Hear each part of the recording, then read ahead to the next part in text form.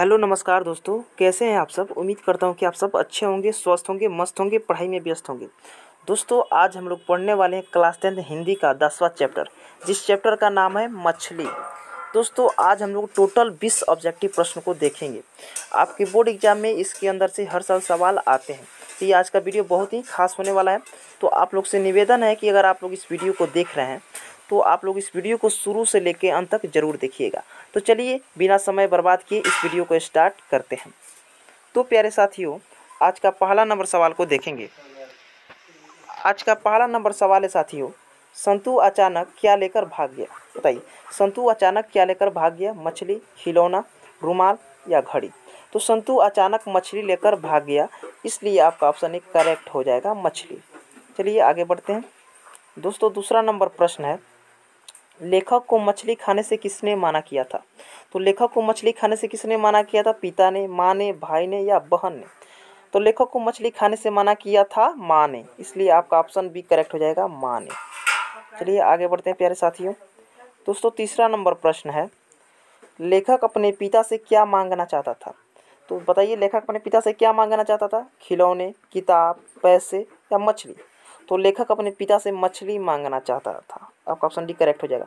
कभी कभी सवाल में पूछ देगा, लेखक अपने पिता से मछली क्यों मांगना चाहता था।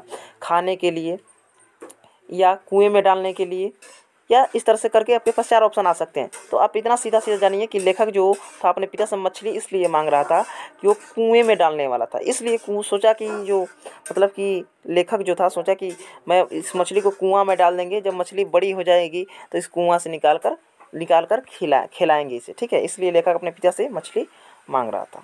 ठीक है, तो चलिए आगे बढ़ते हैं अगले प्रश्न की ओर। दोस्तों चौथा नंबर प्रश्न है, पिताजी ने बाजार से कितनी मछलियाँ खरीदी थी। तो पिताजी ने बाजार से कितनी मछलियाँ खरीदी थी। 1, 2, 3 या 4। तो पिताजी ने बाजार से कुल 3 मछलियाँ खरीदी थी, इसलिए आपका ऑप्शन सी करेक्ट हो जाएगा, 3। चलिए 5वां नंबर प्रश्न को देखते हैं। 5वां नंबर प्रश्न है, लेखक के घर में मछली कौन खाता था। बताइए, लेखक के घर में मछली कौन खाता था। लेखक, पिता, माँ या बहन। तो लेखक के पिताजी मछली खाते थे, इसलिए आपका ऑप्शन बी करेक्ट हो जाएगा, पिताजी। चलिए आगे बढ़ते हैं। दोस्तों 6ठा नंबर प्रश्न है, मछली लेकर कौन भाग गया था। बताइए, मछली लेकर कौन भाग गया था। संतू, बंतू, भग्गू या जग्गू। तो मछली लेकर संतू भागा था। ठीक है, इसलिए आपका ऑप्शन एक करेक्ट हो जाएगा, संतू। चलिए आगे बढ़ते हैं। दोस्तों 7वां नंबर प्रश्न है, मछली कहानी के लेखक कौन है। बताइए, मछली कहानी के लेखक कौन है। विजय कुमार शुक्ल, विनय कुमार शुक्ल, विनोद कुमार शुक्ल, विकास कुमार शुक्ल। तो मछली कहानी के लेखक है विनोद कुमार शुक्ल। आप इसे याद रख सकते हैं कि मान लीजिए मछली की जब भी पूछे कि लेखक कौन है, तो देखिएगा आपके गांव में या मोहल्ले में जहाँ आप रहते होंगे तो विनोद नाम का कोई होगा कि नहीं, वो मछली खाता होगा। तो ट्रिक बैठा लीजिएगा, विनोद जो है बहुत मछली खाता है। एक डायलॉग भी फेमस है, देख रहे हो विनोद। तो इस डायलॉग से भी आप याद रख सकते हैं कि मछली के लेखक कौन है, विनोद कुमार शुक्ल। इसलिए आपका ऑप्शन सी करेक्ट हो जाएगा, विनोद कुमार शुक्ल। चलिए आगे बढ़ते हैं अगले प्रश्न की ओर। दोस्तों 8वां नंबर प्रश्न है, पेड़ पर कमरा किसकी रचना है। विनोद कुमार शुक्ल की, अशोक वाजपेयी की, अमरकांत जी की या यतेंद्र मिश्र की। तो पेड़ पर कमरा ये जो रचना है विनोद कुमार शुक्ल जी की है, तो आपका ऑप्शन एक करेक्ट हो जाएगा, विनोद कुमार शुक्ल। चलिए आगे बढ़ते हैं। दोस्तों 9वां नंबर प्रश्न है, मछली कहानी में किस वर्ग का चित्रण है। बताइए, मछली कहानी में किस वर्ग का चित्रण है। उच्च वर्गीय परिवार, निम्न वर्गीय परिवार, निम्न मध्य वर्गीय परिवार या मध्य वर्गीय परिवार। तो मछली कहानी में जिस वर्ग का चित्रण किया गया वो निम्न मध्य वर्गीय, ठीक है, लोअर मिडिल क्लास फैमिली, इसलिए आपका ऑप्शन सी करेक्ट हो जाएगा, निम्न मध्य वर्गीय परिवार। चलिए आगे बढ़ते हैं। दोस्तों 10वां नंबर प्रश्न है, कथाकार के झोले में कितनी मछलियाँ थीं। तो कथाकार के झोले में कुल 3 मछलियाँ थी, इसलिए आपका ऑप्शन बी करेक्ट हो जाएगा, 3। चलिए आगे बढ़ते हैं। दोस्तों 11 नंबर प्रश्न है, मरी हुई मछली की आंखों में नजर आ रही थी। बताइए, मरी हुई मछली की आंखों में नजर आ रही थी परछाई, कालापन, लालिमा या श्वेत। तो मरी हुई मछली की आंखों में परछाई नजर आ रही थी, इसलिए आपका ऑप्शन एक करेक्ट हो जाएगा, परछाई। दोस्तों 12 नंबर सवाल है, नौकर की कमीज किस विद्या की रचना है। बताइए, नौकर की कमीज किस विद्या की रचना है। निबंध है, कहानी है, कहानी। अच्छा यहाँ पर देखिए 2 बार बी हो गया, गलती से कॉपी पेस्ट हो गया 2 बार। तो ये कहानी है या नाटक है या उपन्यास है। तो नौकर की कमीज जो है दोस्तों, ये उपन्यास विद्या की रचना है, इसलिए आपका ऑप्शन डी करेक्ट हो जाएगा, उपन्यास। ऑप्शन डी करेक्ट हो जाएगा, उपन्यास। चलिए अगले प्रश्न की ओर चलते हैं। दोस्तों 13 नंबर प्रश्न है, कहानीकार के छोटे भाई का नाम क्या, बताइए। कहानीकार के छोटे भाई का क्या नाम है? भग्गू, जग्गू, संतू या दीनू? तो कहानीकार के छोटे भाई का नाम है संतू, इसलिए आपका ऑप्शन सी करेक्ट हो जाएगा, संतू। चलिए आगे बढ़ते हैं। दोस्तों 14 नंबर प्रश्न है, विनोद कुमार शुक्ल का जन्म किस राज्य में हुआ था?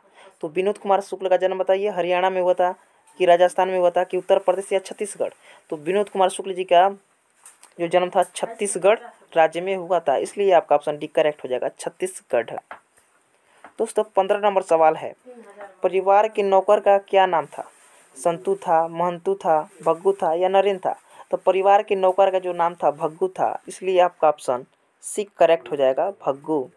चलिए आगे बढ़ते हैं। दोस्तों 16 नंबर प्रश्न है, घर में घुसे तो साले के हाथ पैर तोड़कर बाहर फेंक देना, ऐसा किसने कहा था, बताइए। घर में घुसे तो साले के हाथ पैर तोड़कर बाहर फेंक देना, ऐसा किसने कहा था? भग्गू ने, संतू ने, माँ ने, पिताजी ने? तो ऐसा पिताजी ने कहा था, इसलिए आपका ऑप्शन डी करेक्ट हो जाएगा, पिताजी।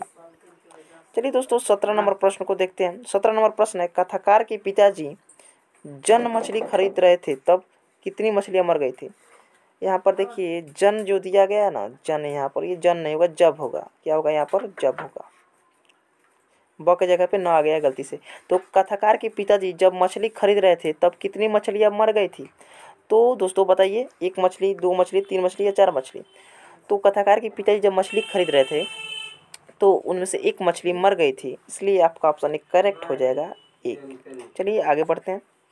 दोस्तों 18 नंबर प्रश्न है, घर के अंदर की तरफ से किसके जोर जोर से चिल्लाने की आवाज़ आ रही थी? यानी घर की तरफ से किसके जोर जोर से चिल्लाने की आवाज़ आ रही थी? भग्गू की, माँ की, भाई की या पिताजी की? तो पिताजी की, आपका ऑप्शन डी करेक्ट हो जाएगा, पिताजी की। ठीक है, चलिए आगे बढ़ते हैं। दोस्तों 19 नंबर प्रश्न है, विनोद कुमार शुक्ल का जन्म कब हुआ था, बताइए। बताइए विनोद कुमार शुक्ल का जन्म कब हुआ था? ऑप्शन ए में 1 जनवरी 1936, ऑप्शन बी में 1 जनवरी 1937 तक, ऑप्शन सी में है 1 जनवरी 1938 तक, ऑप्शन डी में 1 जनवरी 1939 तक, बताइए।